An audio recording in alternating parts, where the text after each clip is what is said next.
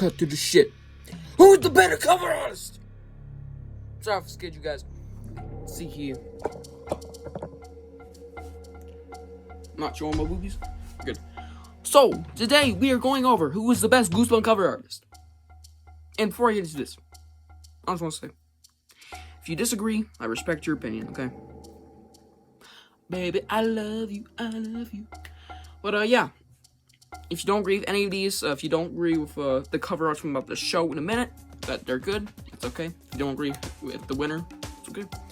Completely fine with me. And just so you know, I'm not going to roast the shit out of them. I'm just going to say which, in my opinion, is the better cover artist. And also, of course, I both think they're amazing. Jacobus and Dorman, since, of course, you read the title, obviously, right? Unless you just click that you really like my content for some reason, even though it's all terrible. But, so we're gonna get to this video, right? Should we wait a minute? Now! So, first off, we are going to go over a few cover arts. I have brought out 3 prime examples of what I think is some of their best work. And we're going to be going over a few factors like character design, backgrounds, which is one of the big things, detailedness, and overall the creepy factor. And if we think they are creepy or not. Now, of course, this is my opinion. If you like Dorman more or Jacobus more, I respect your opinion, especially if you're Jacobus. Like, I mean, it was pretty obvious. But if you're a big fan of those guys, if you prefer them, it's fine. I don't care which one you prefer. It's your opinion. But this is my opinion. Some of their best work. So let's start off with Dorman. His first piece of artwork is shown. I'm gonna go to Jacobus and back to Dorman. So the reason I picked these 2 artists, I just want to point out. Is because they literally have designed the most covers, both of them.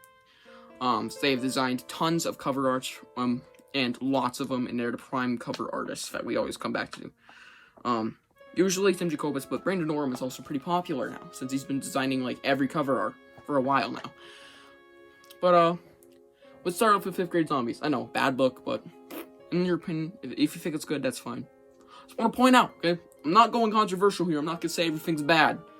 But, overall, the cover art, I must say, the detailedness, pretty good.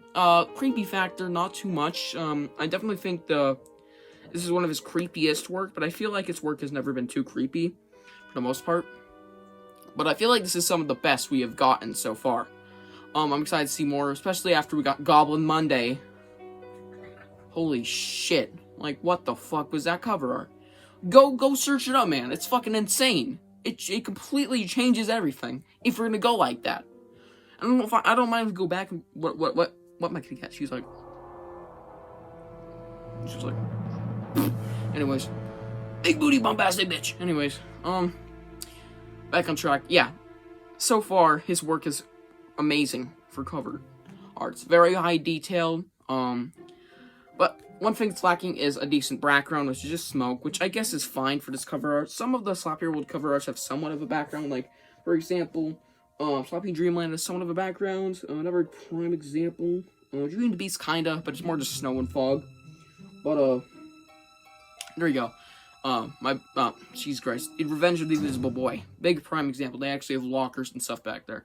But not much of a background, which is something that I always find lacking to Jacobus' work, until Goosebumps House of Shivers, which we're going to get into that, when that book comes out, specifically the second one, and hopefully when more cover arts release, because this might actually have to get remade, just to give them a little more credit, because they're all pretty good now. They're starting to look amazing. Anyways, I might be wrong for all I know. For all I know, we couldn't have designed it. I might have to go recheck and just make sure I'm right. But yeah, pretty good. Now let's go to Jacobus. Yeah, this is my first prime example, and the characters, creepy as fuck, iconic, but that's not what the factors. We're going off how good the art is in general, not just how iconic it is. Because oh my god, I thought I was like, wow, that's iconic, man. I've never forgotten it. But very, very, very well detailed. Now, I can get it. This is not the most detailed thing, but that's what I think makes it more creepy, because they aren't as, like, highly detailed or high-resolution covers. Which is not a bad thing, because that's exactly why we like Jacobus. But yeah, there's certainly a lot of detail in this cover, and I can see why so many people find this iconic, and I personally agree. It's amazing, it's unforgettable, and, I mean, this is one of the best cover arts I have seen, in my opinion, especially since my favorite Slappy book that isn't, Slappy's Nightmare. But, yeah, overall, this is one of the best cover arts I have ever seen, seriously. There's certainly some better ones out there. The literal last one we're about to get into is so amazing. But yeah, very good cover. So, go back to Brandon Dorman. Let's go on to his next cover. Another highly detailed one with a bit more of a background, because now you can see a little coffin back there. That meets the mummy. Overall, pretty good book, but we're not getting into that. I'm just gonna point it out because I'm personally a third best Slappy book of all time for being a new one. Fuck. That's what I put on my list. It's not changing yet. Just have to wait till more appear. More Slappy media, like maybe a Goosebumps TV show novel, if he's like the main character or something. I don't know. Sorry, just adjusting this. I'm sweating down here because it's a little hot right now. No, because I'm fat. Oh wait, I am. Yeah, and that's also true. But overall, the cover art has a lot of detail, and there's definitely a nice creepiness factor. Because I do like, of course, Slappy, very highly detailed screw. But I like the little eye back there, and the green mist always makes it creepy. And I see that he's come back to that a lot, because there's a lot of green cover arts. But, not more recently, but there has been quite a few in the past, like, I'm Slappy's Evil Twin. Months Was Back also technically had some more green on it. And we've had some greenish colors a lot before, and it's always worked out, pretty well for me, well, in my opinion, because I always felt like the green was more reminiscent of Goosebumps, but that's not really the point here. But it is still creepy, in my opinion. Pretty good. Another prime example of Jacobus' best work is one of the most highly, detailed and shocking cover arts, and it really strikes out.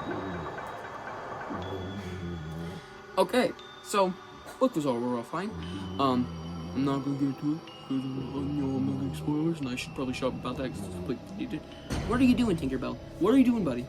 I love my pet names. Anyways, Shocker on Shock Street's cover art. Can we even start? Praying Mantis. I must say, this is one of the most insanely, I mean, first of all, it's creepy. If you just saw that outside in the morning, you fucking run. And overall, the cover art is just a lot more detailed. Not more detailed than Brandon Dorman, but it's a lot more detailed than most cover arts. There's one big factor that is a little disappointing, but it's not too disappointing in my honest opinion. For some people, it might be. The background. It's very lacking, except for when you get down here to this area. Because, damn, even the furthest houses are super highly detailed. Like, how did you get down there all the way so detailed? And not to mention the warped effect, which is something I want to say for last, but I just can't not mention it now. Things look bigger and more warped, and this is like one of the prime examples. This is no illusion book cover, where it looks like it's going down for infinity, where the road is never ending.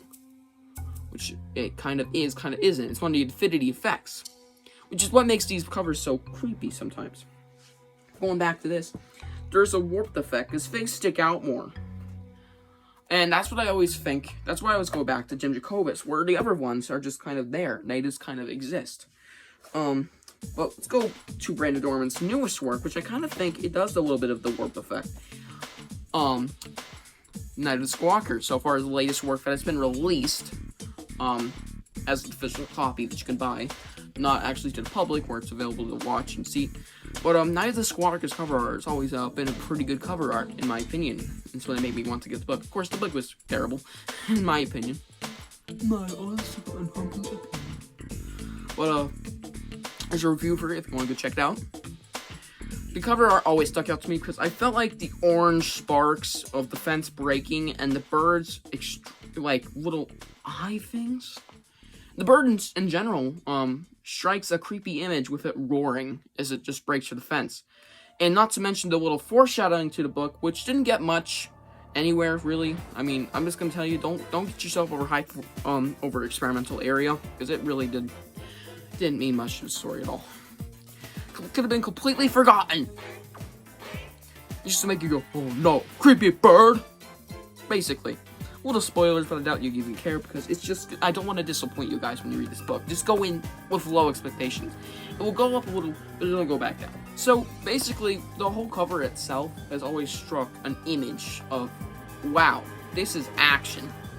Birds breaking through, chains are ripping off, the sparks are flying, and a little foreshadowing there, and the bird is roaring, and it's always so awesome. It's even moving a bit. It feels like it's moving with the things going backwards and flying.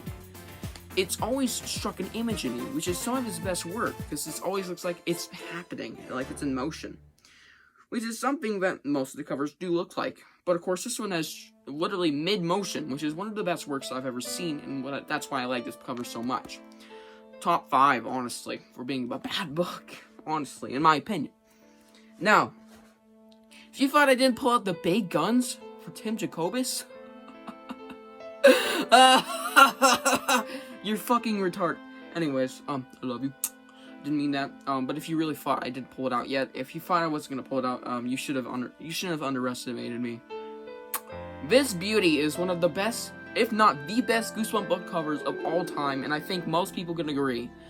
Aussie fan, I think you could agree with this a little bit, or at least for one of the top 5, at least. Goddamn. Ugh.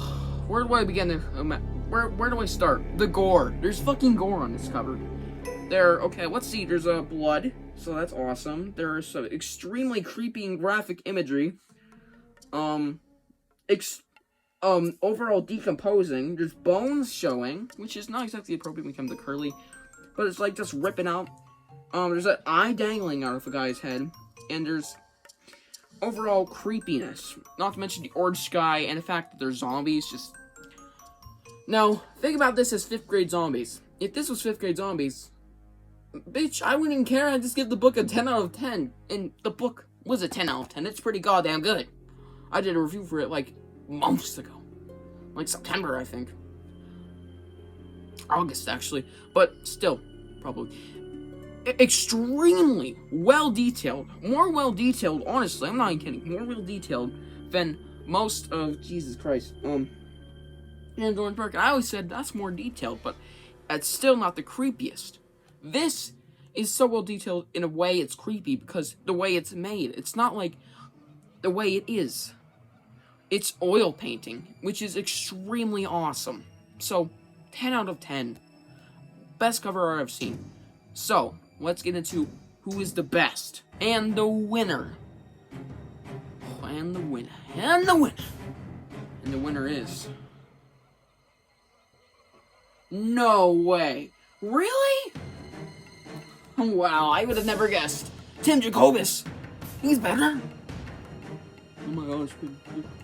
He has the creepier cover art. So that's basically the thing we need to know. Who's creepier? But I want to say, Brandon Dorman, you are also a very good cover artist. Do not, if you're watching this, do not take this video to heart. It was just a fun little video because I wanted to just point out that the creepiness of the old covers, and the whole point of the video is just to show off some of the old covers for some of the newer fans, and also just to show my love for all of Goosebumps covers, because I did appreciate your cover arts, and just as much as these, because they're also amazing, especially some of your best work. Very excited for Fright Night to see that cover art, and actually real life, like, oh god. But yeah, shout out to both of you guys, you both are amazing, Tim Jacobus and Brandon Dorman, and yeah, that is the end of this video, and I'll see you in the next one.